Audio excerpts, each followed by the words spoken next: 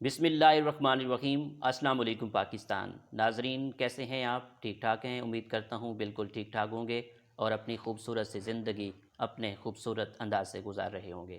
ناظرین جیسا کہ آپ سب جانتے ہیں کہ میں آپ لوگوں کے لیے آج کی شخصیت پروگرام لے کر آیا کرتا ہوں۔ آج میں دی اسلامیہ یونیورسٹی آف بہاولپور میں موجود ہوں۔ آج میں آپ کو جس شخصیت کا تعارف کروانے جا رہا ہوں، آپ ایک استاد ہیں، آپ ایک ریسرچر ہیں اور آپ ایڈمنسٹریٹر ہیں۔ اس کے علاوہ director women development centre I U B, coordinator programme gender studies the Islamia university of Bahawalpur. آج ہم آپ سے ریسرچ کے حوالے سے بات کریں گے اور اس کے علاوہ انٹرنیشنل کانفرنس جو ڈپارٹمنٹ کروانے جا رہا ہے پولیٹیکل سائنس، اس حوالے سے خصوصی گفتگو کریں گے۔ السلام علیکم میڈم۔ جی وعلیکم السلام، کیا میڈم حال ہے؟ کیسی ہیں آپ؟ الحمدللہ بالکل خیریت، آپ سنائیں؟ بالکل ٹھیک میڈم، سب سے پہلے تو بہت شکریہ، آپ نے ہمیں قیمتی ٹائم دیا۔ جو ویلکم۔ میڈم تعلیم کے حوالے سے ہم بات کریں تو آپ نے اپنی ابتدائی تعلیم کہاں سے حاصل کی اور آپ کا تعلیمی سفر کیسے رہا؟ دیکھیے میرا تعلق ہے ملتان سے، تو میرا تعلیمی سفر تو ظاہرہ ملتان سے شروع ہوا، اور اگر مطلب ایک فکرہ ہم اکثر سنتے بھی ہیں اور بولتے بھی ہیں کہ مجھے بچپن سے شوق تھا، تو شاید میں کہتی ہوں کہ وہ میرے پہ اس لیے فٹ آتا ہے کہ میں ایک ایسی فیملی میں پیدا ہوئی تھی جہاں لڑکیوں کی تعلیم کا کوئی رواج نہیں تھا۔ ٹھیک۔ لڑکے ہائر ایجوکیشن کے لیے جاتے تھے، لیکن لڑکیوں کو نارملی مڈل یا میٹرک تک پڑھایا جاتا تھا۔ لیکن میں اپنے میرے بڑے بھائی تھے جن کو میں دیکھتی تھی کالج اور یونیورسٹی جاتے ہوئے جب، تو میں ان سے بڑا انسپائر ہوتی تھی، اور میں بہت چھوٹی تھی، تقریباً 5 یا 6 سال کی تھی، تو جب بھائی اس وقت بڑے تھے اور یونیورسٹی میں تھے تو میں ان سے پوچھتی تھی کہ یونیورسٹی کیسی ہوتی ہے، اور ایک ٹھیک۔ دفعہ وہ مجھے لے گئے اس وقت ملتان میں جو ایمرسن کالج، اس وقت یہ پنجاب یونیورسٹی کا وہاں کیمپس تھا، تو وہ مجھے ساتھ لے کے گئے اور انہوں نے مجھے اپنے ٹیچر سے ملوایا، اور میں نے انہوں نے مجھے کہا کہ یہ ہماری یونیورسٹی کے لیکچررز ہیں، تو میں نے ان سے کہا کہ بڑی ہو کے میں بھی لیکچرر بنوں گی، لیکن اس وقت یہ کانسیپٹ نہیں تھا کہ یونیورسٹی کیا ہوتی ہے، ایجوکیشن کیا ہوتی ہے۔ تو اس طرح سے ابتدائی تعلیم ملتان سے حاصل کی۔ اسلامیہ گرلز ہائی اسکول ملتان سے میں نے میٹرک کیا، اور اس کے بعد کالج چلی گئی، بی اے کیا۔ کالج ایجوکیشن تک تو کوئی ایسا فیملی پریشر نہیں آیا، میری مدر بھی مطلب اس پہ ولنگ تھیں کہ چلیں جی یہ گریجویشن کر لے، لیکن جس وقت گریجویشن کے بعد میں نے یونیورسٹی جانے کا اور فردر ایجوکیشن کے لیے میں نے اپنی خواہش کا اظہار کیا، تو اس وقت فیملی کی طرف سے کچھ ریزسٹنس تھی، جو میری اپنی فیملی کی طرف سے تو نہیں تھی، میرے والد یا میری والدہ کی طرف سے نہیں تھی، لیکن جو ہمارے ایکسٹینڈڈ فیملی تھی، انکل اور آنٹس اور دوسرے لوگ، کیونکہ ان کا نقطہ نظر یہ تھا کہ ہماری فیملی میں تو کبھی کوئی لڑکی کو ایجوکیشن میں پڑھنے نہیں گئی، اور کالج کی حد تک تو چلے ہم نے اس کو الاؤ کر دیا تو آگے یہ بڑا مشکل ہو جائے گا۔ تو وہ ایک ایسی اسٹیج تھی جس پہ میرے فادر بھی یہ سمجھتے تھے کہ وہ پوری خاندان کی مخالفت مول لے کے مجھے کس طرح سے یونیورسٹی بھیج سکتے ہیں، لیکن بہرحال جب تھوڑا سا انہوں نے دیکھا کہ یہ بڑی غمگین اور پریشان پھر رہی ہے اور کھانا کھانے سے جواب دے دیا اور اداس ہے بہت، تو ایک دن انہوں نے مجھ سے پوچھا کہ بیٹا اگر میں تمہیں یونیورسٹی بھیجتا ہوں تو میرے بھائی مجھ سے ناراض ہو جائیں گے، تو میں نے اس وقت ان سے کہا کہ ابا جان آپ شاید اپنے بیٹے کو پڑھانا چاہتے ہیں اور آپ سمجھتے ہیں کہ بیٹی جو ہے اس کو نہیں میں نے آگے بھیجنا۔ انہوں نے کہا کہ آج تم نے جو بات کی ہے نا یہ میرے دل کو لگ گئی ہے، اور ساری زندگی تم یہ سمجھو گی کہ شاید میرے والد نے مجھے پیسے نہیں میرے اوپر خرچ کیے، میں یہ برداشت نہیں کروں گا۔ وہ مجھے خود ساتھ یونیورسٹی لے کے گئے، میرا ایڈمیشن کرایا، اور اس طرح سے پھر میں خاندان کی پہلی لڑکی تھی جو ہائر ایجوکیشن میں گئی۔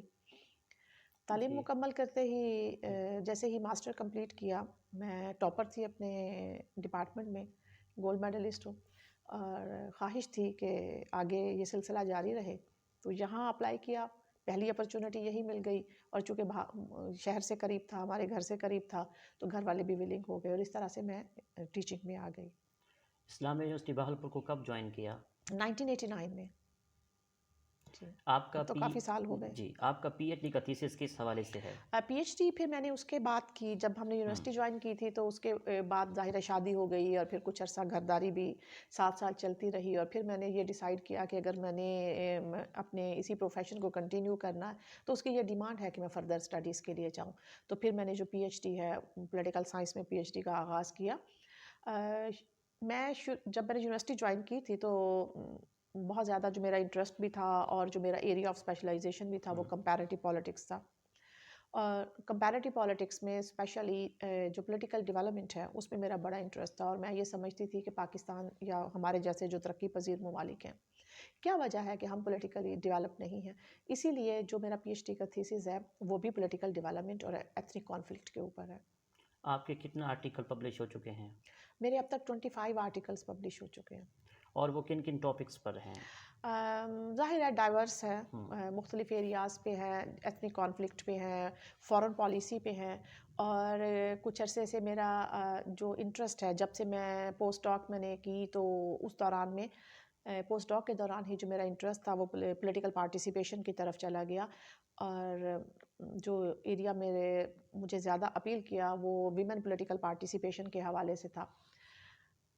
تو اس لیے میرے اس کے بعد کی جتنے بھی ریسرچ ہے وہ جینڈر اینڈ پالیٹکس کے اوپر ہے. آپ کے ڈپارٹمنٹ پولیٹیکل سائنس میں جو انٹرنیشنل کانفرنس ہونے جا رہی ہے, یہ اس کا مقصد کیا ہے؟ دیکھیے, انٹرنیشنل کانفرنسز یا سیمینارز جو ہوتے ہیں اس کا جو بنیادی مقصد ہے وہ اپنی فیلڈ کے جو کرنٹ ٹرینڈز ہوتے ہیں یا جو کنٹمپرری ریسرچ ہو رہی ہوتی ہے نیشنل یا انٹرنیشنل لیول پر, اس کو اور ان سارے ریسرچرز کو ایک پلیٹ فارم پہ لانا ہے تاکہ ہمارے اسٹوڈنٹس, ہمارا یہاں کے جو اکیڈیمیا ہے یا ہماری فیکلٹی ہے وہ آج کل پولیٹیکل سائنس میں, انٹرنیشنل افیئرس میں, and particularly in the field of federalism میں جو نیو ٹرینڈس آ رہے ہیں یا جو بھی ریسرچ کی جا رہی ہے وہ اسکالرز ایک دوسرے کے ساتھ شیئر کرتے ہیں اپنی فائنڈنگس, اور نئی اسٹریٹجیز بنائی جاتی ہیں, وہ اپنی ریکمنڈیشنز بنائی جاتی ہیں جو فردر پالیسی میکرز کے لیے بھی ہیلپ فل ہوتی ہیں, ہمارے اسٹوڈنٹس کے لیے بھی ہیلپ فل ہوتی ہیں, اور ریسرچرز کے لیے بھی ہیلپ فل ہوتی ہیں. تو یہ ایک طرح سے it's a part of academic life. International conference میں ایکسپرٹس کہاں کہاں سے آ رہے ہیں؟ یہ چونکہ کانفرنس انٹرنیشنل تھی تو ہم نے مختلف یونیورسٹیز جو کہ نیشنل بھی اور انٹرنیشنل بھی, اور وہاں پر ہم نے اس کو شیئر کیا تھا. پاکستان کی آلموسٹ تقریباً تمام یونیورسٹیز سے لوگ آ رہے ہیں. اس کے علاوہ ہمارے پاس یو کے سے اسکالرز پارٹیسپیٹ کریں گے, جرمنی سے ہیں, بیلجیم سے ہیں, یو ایس اے سے ہیں, Malaysia, China and Thailand. اچھا میڈم, انٹرنیشنل کانفرنس کس موضوع پر ہوگی؟ اس کا جو ٹائٹل ہے یہ ہے federalism, state and society. Actually ہم نے لاسٹ ایئر ایک کانفرنس کی تھی دسمبر 2019 میں, اور نیشنل کانفرنس تھی. اس کا ٹاپک تھا میکنگ آف نیو پروونسز. جس وقت وہ کانفرنس ہماری اینڈ ہوئی اور ہماری وائس چانسلر صاحب سے ملاقات ہوئی تو انہوں نے ہمیں آئیڈیا دیا کہ آپ کیوں نہیں نیکسٹ کانفرنس جو ہے وہ فیڈرلزم پہ کرتے, کیونکہ یہ سیکوینس ہوگا میکنگ آف نیو پروونسز کا, کیونکہ سینٹر پروونس ریلیشن اینڈ جو فیڈریٹنگ یونٹس ہوتے ہیں کسی بھی فیڈریشن کے اندر, تو ہم جب اس کی بات کرتے ہیں تو ہمیں فیڈریشن کی بات کرنی چاہیے. اور دوسری چیز یہ بھی ہے کہ جو فیڈرل فارم آف گورنمنٹ ہے یہ ایسے تمام ممالک جہاں ڈائیورسٹی زیادہ ہوتی ہے اس کے لیے most suitable form of government سمجھا جاتا ہے. اور پاکستان بھی چونکہ ایک ڈائیورس کنٹری ہے تو اس لیے یہ آلموسٹ دنیا میں اس کے اوپر بہت زیادہ ریسرچ بھی ہوتی ہے اور کام بھی ہوتا ہے. اور ابھی جو 21st سینچری میں دیکھا یہ گیا ہے کہ جو فیڈریشنز ہیں ان کو کچھ کنٹمپرری ایشوز کا سامنا تھا, کچھ نئے چیلنجز سامنے آ رہے ہیں. تو اس لیے یہ ہمارا جو ہمارے فیکلٹی ممبرس تھے, ہم نے جب بیٹھ کے اس کو ڈیسائیڈ کیا تو ہم نے سوچا کہ فیڈریشن کا تعلق چونکہ عوام کے ساتھ ہے, ریاست کے ساتھ ہے, تو اس لیے اس کو ٹائٹل دیا گیا فیڈرلزم, اسٹیٹ اینڈ سوسائٹی. یہ اس کا مین تھیم ہے, اور اس کے بعد اس کے ڈفرینٹ ٹریکس یا سب تھیمز ہیں جی. اور وہ ڈفرینٹ ایریاز کو کور کرتے ہیں. لائک ہمارا ایک تھیم ہے کہ ویمن ان فیڈریشن, جو پرٹیکولرلی فیمیل پارٹیسپیشن کو کور کرے گا. Good governance and federalism, policy making and federation. And especially ابھی آج کل چونکہ آپ دیکھتے ہیں کووڈ کا پیریڈ چل رہا ہے, اور کووڈ کے دوران دیکھا یہ گیا ہے کہ فیڈریشنز کے اوپر بڑا سٹریس آیا ہے, اور بعض جگہوں پہ ہم نے دیکھا ہے کہ سینٹر پروونس ریلیشنز جو ہیں وہ بھی تھوڑا سا اسٹرینڈ رہے ہیں کووڈ کی وجہ سے. تو وہ بھی ہمارا ایک ٹریک ہے کہ امپیکٹ آف پینڈیمک یا کووڈ ہے یا اس طرح سے کچھ اور بھی اگر آفات آتی ہیں آن اے فیڈریشن, تو ڈفرینٹ ٹریکس. اور اسپیشلی ہم نے سی پیک کے حوالے سے, کیونکہ پاکستان, چائنا اور دنیا کے جو اور ممالک ہیں وہاں پر خاصی اس کے بارے میں اس کی سگنیفیکنس بھی ہے اور اس کے اوپر کنسرنس بھی ہیں, تو ہم نے سی پیک اور فیڈریشن کے حوالے سے بھی ایک ٹریک رکھا ہے. تو یہ ایکچولی آپ کہہ سکتے ہیں کہ it's a kind of multidisciplinary conference. ٹھیک. ڈپارٹمنٹ آف پولیٹیکل سائنس پہلے کتنا کانفرنس کروا چکا ہے؟ ہم نے اس سے پہلے 2005 2006 2019 اور اب یہ 2021 یہ کانفرنس ایکچولی دسمبر 2020 میں شیڈیول تھی، لیکن کووڈ کی وجہ سے ہم ویٹ کرتے رہے سچویشن کو بہتر ہونے کا، اور اس لیے تھوڑا سا یہ 2 مہینے جو ہے لیٹ ہو گئے۔ انجینئر پروفیسر ڈاکٹر اطہر محبوب، وائس چانسلر دی اسلامیہ یونیورسٹی بہاولپور کی لیڈرشپ میں ریسرچ کلچر کس طرح پروموٹ ہو رہا ہے؟ بہت پروموٹ ہو رہا ہے۔ ڈاکٹر اطہر محبوب صاحب جو ہیں ہمارے وائس چانسلر، بہت ڈائنامک ہے، ان کے ساتھ کام کیا ہے ابھی اور دیکھا ہے کہ بہت انکریج کرتے ہیں ریسرچ اور ایکیڈیمک ایکٹیویٹیز کو، پروموٹ کرتے ہیں، نہ صرف یہ کہ خود اس کی سگنیفیکنس کو انڈرسٹینڈ کرتے ہیں، بلکہ آپ کو وہ ایک پورا موقع دیتے ہیں کہ کوئی بھی ڈپارٹمنٹ جو ہے وہ اپنی ریسرچ ایکٹیویٹیز کو آگے لے کے جائے نیشنل یا انٹرنیشنل لیول پر، اور اس کے لیے وہ راستے بھی بناتے ہیں اور آپ کو جتنی فل سپورٹ ہوتی ہے وہ دیتے ہیں۔ اس حوالے سے میں نے انہیں بہت پازیٹیو پایا۔ Madam, department of political science میں کتنا فیکلٹی ممبر ہیں اور ایم فل کتنے ہیں اور پی ایچ ڈی کتنے ہیں؟ ہمارے ہاں اس وقت کرنٹلی ہم لوگ 16 فیکلٹی ممبرس ہیں، جس میں سے 10 ہمارے ہم 2 پروفیسرز ہیں، اسسٹنٹ پروفیسرز ہیں اینڈ لیکچرر ایسوسیٹ جو نیولی ریکروٹڈ ہیں، اور آلموسٹ ہمارے جو 8 فیکلٹی ممبرز ہیں وہ پی ایچ ڈی ہیں اور جو باقی 8 ہیں وہ ایم فل ہیں۔ آپ کی زیر نگرانی میں کتنا طلباء ایم فل اور پی ایچ ڈی کر رہے ہیں؟ کافی لوگ ہیں، کافی سارے ایم فل پروڈیوس ہو چکے ہیں اس وقت، کچھ انڈر سپرویژن بھی ہیں، 3 لوگ میرے ساتھ پی ایچ ڈی کر چکے ہیں اور 5 اس وقت آلموسٹ کمپلیٹ کرنے والے ہیں۔ اگر ادب کے حوالے سے بات کریں تو ادب سے کس حد تک آپ کو لگاؤ ہے؟ اردو ادب سے بہت لگاؤ تھا اچھا۔ ایک ٹائم، مطلب یونیورسٹی کالج ینگ لائف میں اور اس کے بعد بھی میں نے پوئٹری اور پروز بہت پڑھی ہے۔ ہاں، اب پچھلے کچھ سالوں سے میں محسوس کرتی ہوں کہ کچھ ایڈمنسٹریشن کی اور یونیورسٹی کی جو رسپانسبلٹیز ہیں وہ اتنی زیادہ ہو گئی ہیں کہ ٹائم نہیں ملتا، مطلب ہمیں شام ہو جاتی ہے ڈپارٹمنٹ سے گھر آتے ہوئے، تو میرا خیال ہے کچھ پچھلے 3-4 سال سے شاید میں نے کچھ نہیں پڑھا ہوگا، لیکن اس سے پہلے میرا جو بنیادی میرا ایک لگ تھا، ایک ٹرینڈ تھا لٹریچر کی طرف، وہ بہت زیادہ رہا، اور خاص طور پہ جو آپ کا کلاسک اردو لٹریچر ہے وہ میں نے سارا پڑھا۔ آپ کے فیوریٹ رائٹر؟ اچھا، اس میں میں یہ سمجھتی ہوں کہ فیوریٹ رائٹر کوئی ایک نہیں ہوتا، بہت سارے ہوتے ہیں۔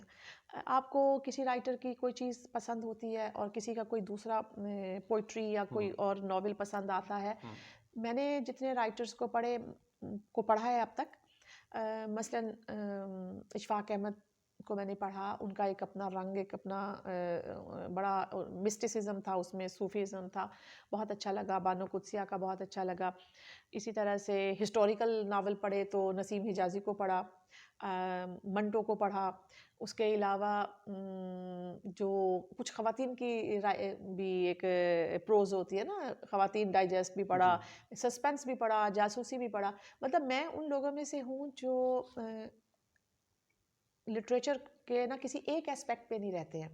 مشتاق احمد یوسفی، ان کی کامیڈی اور مجھے جس سٹائل سے وہ مزاح کرتے ہیں وہ بہت اچھا لگا اردو ادب میں۔